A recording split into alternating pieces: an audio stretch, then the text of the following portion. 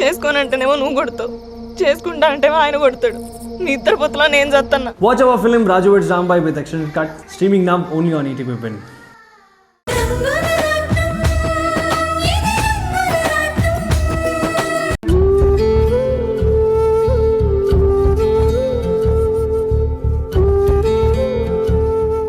Coffee తీసుకోండి తాతయ్య.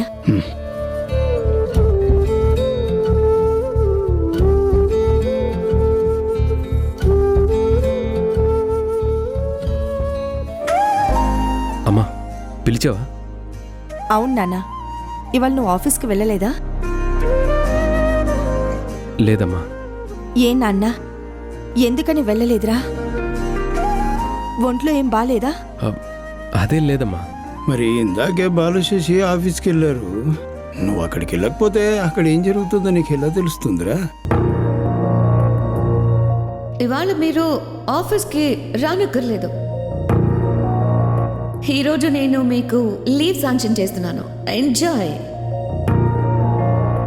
మాట్లాడవేరా, బాధ్యతలన్నీ బాలుకు అప్పగించిన అనుభవం ఉన్నవాడివి. నువ్వు లేకపోతే వాళ్ళు ఎలా మేనేజ్ చేస్తారా? అదేంటి నాన్న అలా అంటారు? మన బాలు ఇంకా చిన్నపిల్లాడు అనుకుంటున్నారా?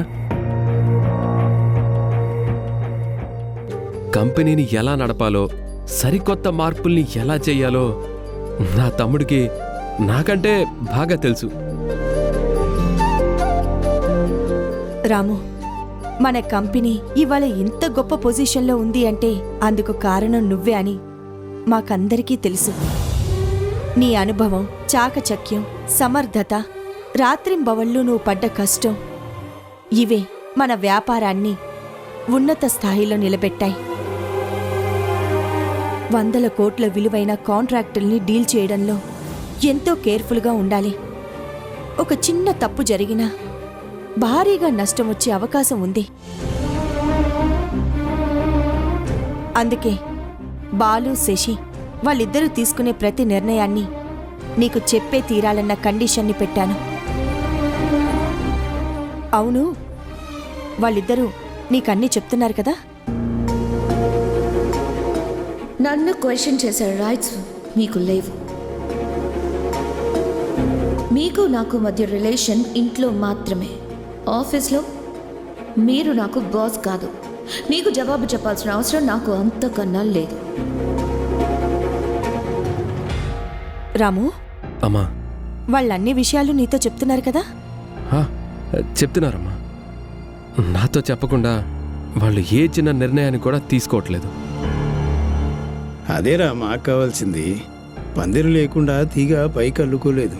అలాగే అనుభవం ఉన్న వాళ్ళు పక్కన తోడు లేకుండా కొత్తగా ఎవరు ఏది సాధించలేరు. రే, నిన్ను కాదని బాలుకి బాధ్యతలను అప్పగించటం నాకు ఇప్పటికీ నచ్చటం లేదు. కానీ పరిస్థితుల వల్లే అలా చేయాల్సొచ్చిందని నీకు కూడా తెలుసు కదా. అమ్మా, ఇప్పుడు అదంతా ఎందుకు? మన కంపెనీ ఇప్పుడు బాగానే నడుస్తోంది. ముందు ముందు ఇంకా బాగా నడుస్తుంది. ఆ నమ్మకం నాకుందమ్మా. సరేనా?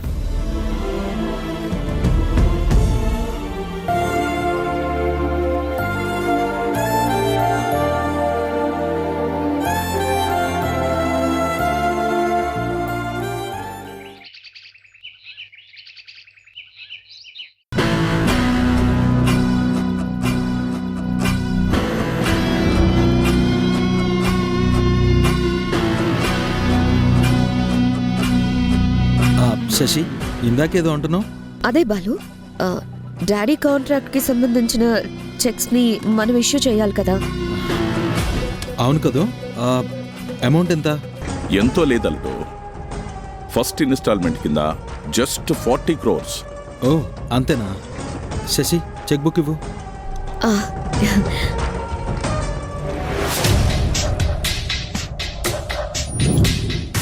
అయ్యో శశి, ఏమైంది?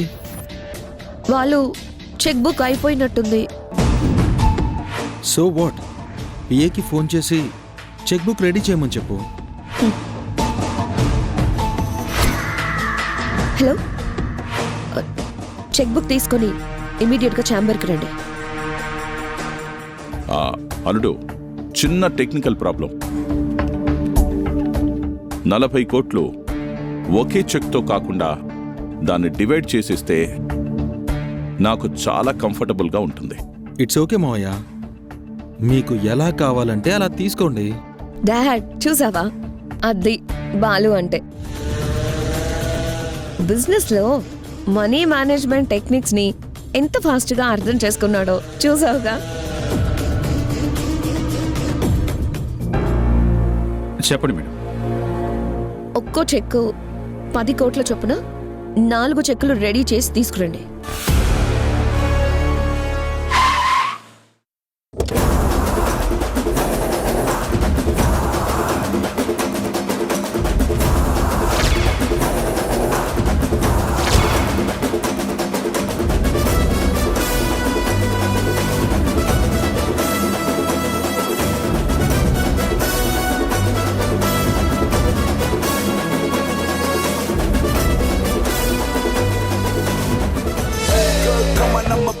You can do the play a little thing, I'm not knackered. Because I'm playing, even if you blast up, people go insane. I'm fucking like a raja. You think you the black man, now you got the sad side. Once you looking at me, you in a pretty good track.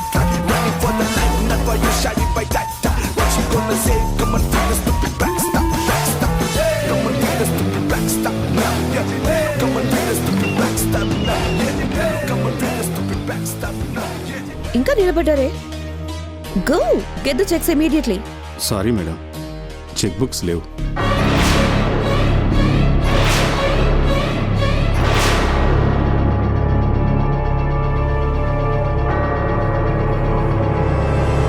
What? Cheque books లేకపోవడం ఏంటి? Sorry sir, బ్యాంక్లో ఏదో technical issue అంట. Cheque బుక్స్ని release చేయడానికి కొంచెం time పడుతుంది అన్నారు. నాన్సెన్స్. ఇదంతా ముందే చూసుకోవాలి కదా. ఓ మై గాడ్, ఇప్పుడెలా?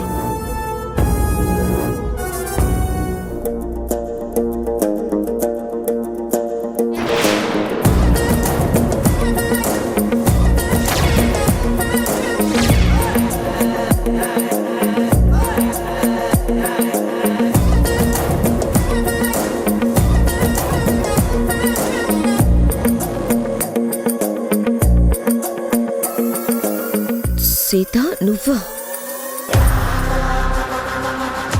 నేనే చెల్లి. ఈ కూలింగ్ గ్లాసెస్ అంటే నీకు చాలా సెంటిమెంట్ కదా, అందుకే నువ్వు ఇంట్లోనే మర్చిపోయావని నేనే తీసుకొచ్చాను.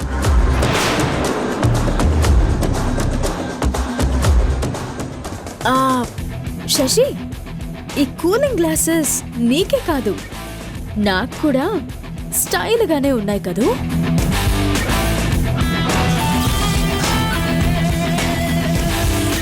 అవును, మీ ముగ్గురు ఏదో టెన్షన్లో ఉన్నారేంటి? ఏమైంది?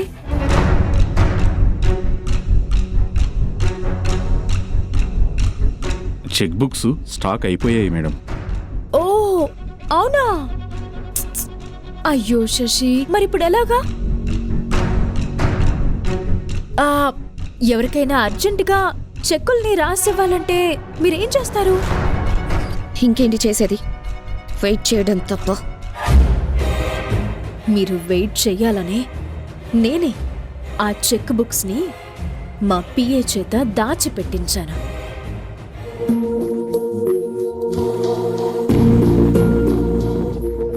వదినా, కష్టపడి నువ్వు ఇంత దూరం రావడం ఎందుకు? మరిది గారు, ఇందులో కష్టమేముంది? నా చెల్లెలు శశి కోసం నేను ఏమైనా చేస్తాను. తను కూడా అంతే, నా కోసం ప్రాణం ఇమ్మన్నా ఇచ్చేస్తుంది. అంతే కదా శశి?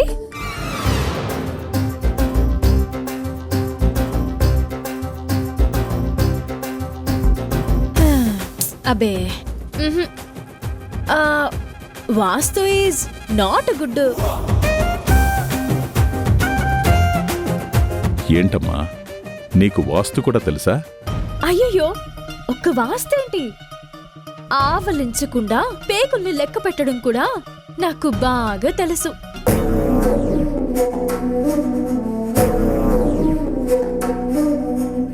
చేస్తా, మొత్తం వాస్తు దోషాలని నేనే సెట్ చేస్తాను.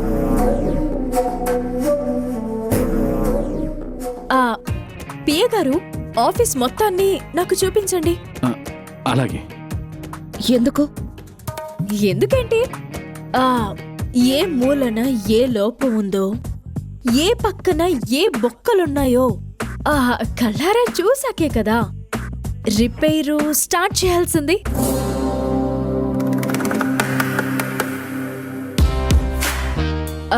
ఇదిగో చెల్లి, నీ స్పెక్స్. పిఏ గారు, మేడం. మీరు రండి. అలాగే మేడం, పదండి.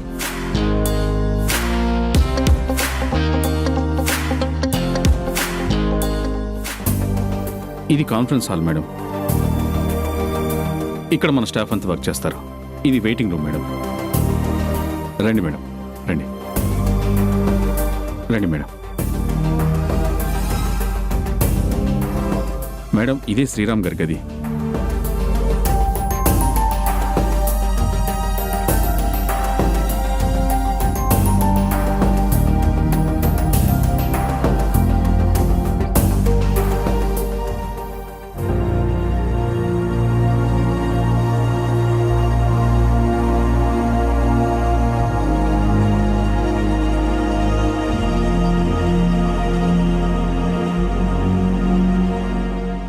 చూడండి మేడం, ఎన్నో ఏళ్లుగా ఈ కంపెనీ బాధ్యతల్ని తన భుజాన వేసుకుని రాత్రింబవళ్ళు ఎంతో కష్టపడి రాణి గ్రూప్ ఆఫ్ ఇండస్ట్రీస్ అంటేనే మార్కెట్లో నెంబర్ 1 అనిపించేలా చేసిన శ్రీరామ్ సార్కి మొన్నటిదాకా మేనేజింగ్ డైరెక్టర్గా ఉన్న ఆ మహానుభావుడికి కావాలని అవమానించినట్టు ఎక్కడ కూర్చోబెట్టారు చూడండి.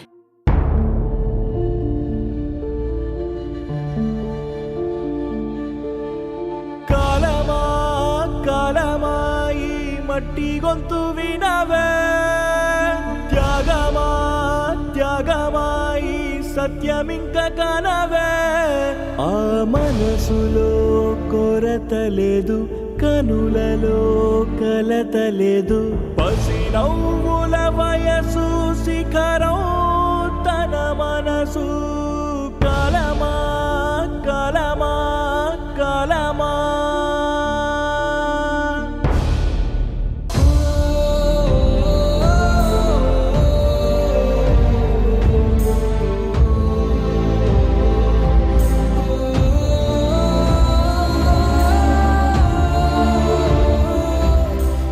ఎవరు కావాలని ఇంత దారుణం చేసింది? ఎవరు? ఇంకెవరు? ఆ శశిరేఖ మేడం.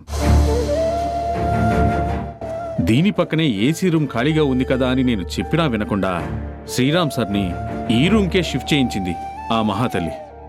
మరి ఇంత జరుగుతున్నా ఆయనేమీ అనలేదా? అందరికీ ఇవ్వడమే తప్ప ఏనాడు తనకంటూ ఏదీ ఆశించని ఆ శ్రీరామచంద్రుడు ఇంకేమంటాడు? బాధని అవమానాన్ని దిగమింగుకున్నారు. పైకి నవ్వుతున్నా లోపలే ఆవేదనతో నలిగిపోతున్నారని నాకు తెలుసు మేడం. అన్నీ తెలిసి కూడా ఏమీ చేయలేని ఒక చిన్న ఉద్యోగిని కదా నేను. శశి, నా దేవుడు నిర్మించిన ఈ దేవాలయంలో ఆయనకి చోటు లేకుండా చేస్తావా? మహారాజులాగా బ్రతికిన ఆయన్ని కొళ్ళు బుద్ధుతో ఇంతకి దిగజారుస్తావా? అనుభవిస్తావు. ఇంతకింత నువ్వు తప్పకుండా అనుభవిస్తావు.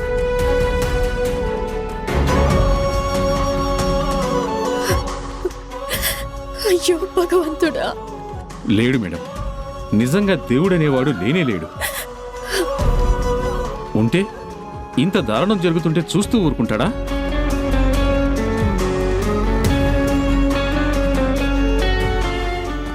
ఆనాడు శిశుపాలుడి 100 తప్పులు పూర్తయ్యేదాకా శ్రీకృష్ణుడు సహనంతో ఓపిక పట్టాడు. కాని నాకంత ఓపిక లేదు. ఒసై రాక్షసి, తమ్ముడి భార్యవి కదా అని ఆయన ఊరుకోవచ్చు, కాని నేను మాత్రం అస్సలు ఊరుకోను. దెబ్బకి దెబ్బ, ఎత్తుకి పై ఎత్తు, అంతే. కరెక్ట్గా చెప్పారు మేడం. దుర్మార్గుల మీద జాలిని చూపిస్తే మనకే నష్టం. మీరు ముందు చూపుతో నాకు ఫోన్ చేయగానే చెక్ బుక్స్ ని దాచేయమని చెప్పకపోయి ఉంటే మన కంపెనీకి 40 కోట్లు నష్టం జరిగేది. వాస్తు దోషం ఎక్కడుందో అర్థమైందిగా. టోటల్గా రిపేర్ చేయడమే ఇక మిగిలింది. మేడం, బ్యాంక్ నుంచి చెక్ బుక్స్ రావడానికి టైం పడుతుందని వాళ్ళకి చెప్పాను. ఈలోగా ఎలాగైనా మీరే ఆ దుర్గాప్రసాద్కి అప్పనంగా కట్టపెట్టిన కాంట్రాక్ట్ని రామ్ గారితో చెప్పి వెంటనే క్యాన్సిల్ చేయించండి మేడం. ఓకే. సరే మేడం.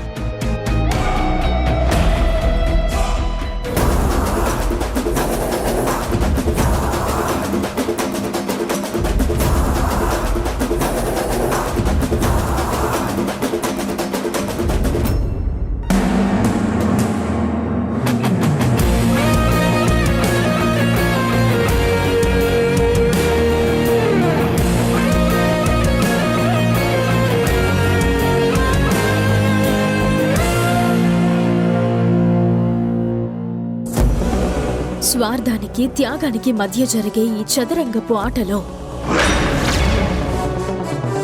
ఓడేదెవరో గెలిచేదెవరో ముందు ముందు తెలుస్తుంది.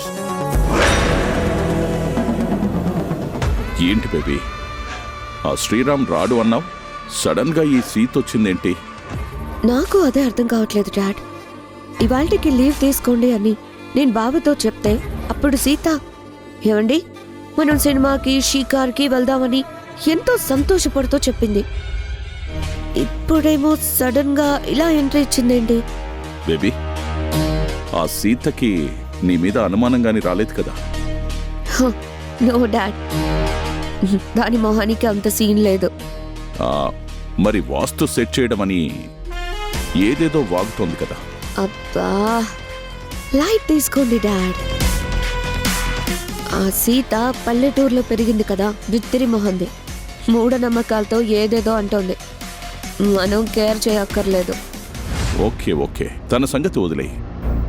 మన ఆఫీస్లో సడన్ గా చెక్ బుక్స్ అయిపోవడం ఏంటి? బ్యాంకు వాళ్ళేమో కొంచెం వెయిట్ చేయాలి అని చెప్పడం ఏంటి? నాకైతే అంతా కన్ఫ్యూజన్గా ఉంది బేబీ. డాడ్, ఇంత ఎక్స్పీరియన్స్ ఉండి కూడా నువ్వు టెన్షన్ పడుతున్నావేంటి? ఏదో టెక్నికల్ గ్లిచ్ వల్ల చెక్ బుక్స్ ప్రింటింగ్ లేట్ అయి ఉంటుంది, దాట్స్ ఇట్. అవి రేపు మాపు రాగానే మీ పని అయిపోతుంది కదా. కరెక్ట్గా చెప్పావు చెల్లి.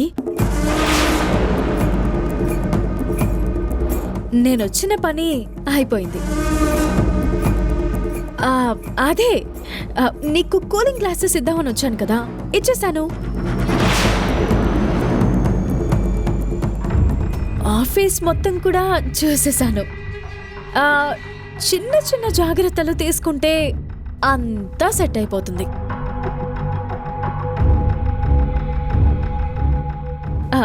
వస్తాను.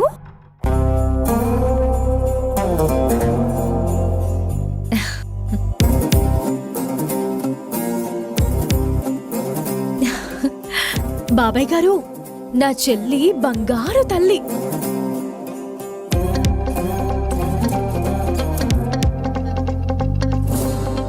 బేబీ, ఆ సీత నిజంగానే నీకు కూలింగ్ గ్లాసెస్ ఇవ్వడానికే వచ్చిందంటావా?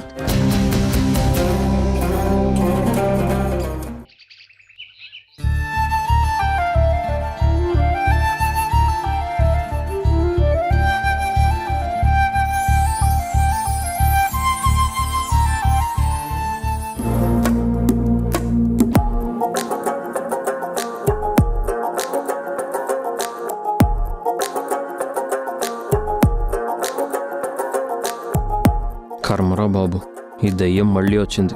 ఓయ్ ఏంటి, ఈ దయ్యం మళ్ళీ ఎందుకు వచ్చిందా అని మనసులోనే తిట్టుకుంటున్నావు కదా?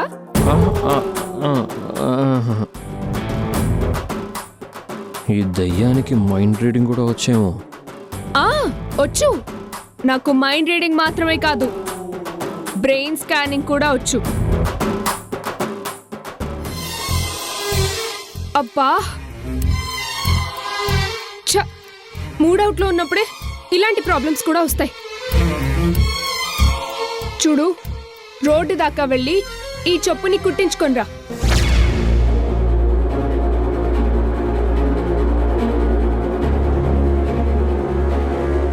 ఇది నీ మెడలో ఉన్నంత వరకు నువ్వు ఎవరితోనూ గొడవలు పడ్డానికి వీల్లేదు.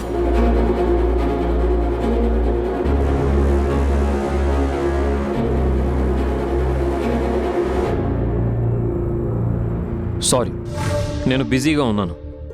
ఆ వెహికల్ ఓనరు అరగంటలో వస్తానన్నారు. ఈలోగా నేను రిపేర్ చేసి ఇవ్వాలి.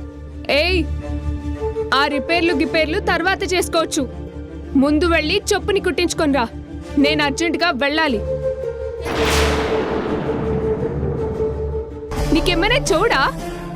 మొద్దులే అలా నిలబడ్డావేంటి? వెళ్ళి త్వరగా నా చెప్పు కుట్టించుకొని రా. ఇప్పుడే వెళ్ళాలి, వెళ్ళు. ఇదిగో, మర్యాదగా నేను చెప్పినట్టు చేయకపోతే నేనిప్పుడే మా నాన్నకు ఫోన్ చేసి నీ ఉద్యోగాన్ని ఊడిపేకిచ్చేస్తాను. Mind it. తల్లి లేని పిల్ల కదా అని నేను కాస్త గారాబం చేసినందుకే అది ఇలా మొండిగా తయారైంది. అందుకే నువ్వంటే నాకు చాలా అభిమానం. శైలు మాటల్ని నువ్వేం పట్టించుకోకు. దాని తరపున నీకు నేను సారి చెప్తున్నాను.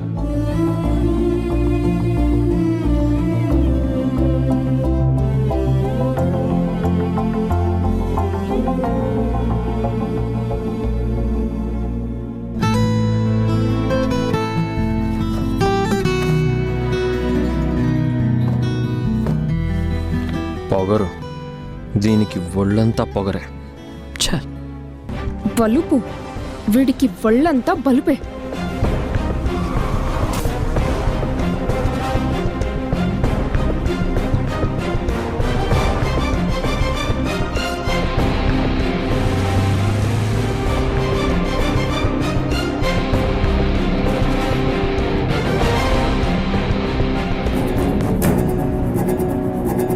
బాగా చూసి చెప్పండి, ఈ జంట ఎలా ఉంది?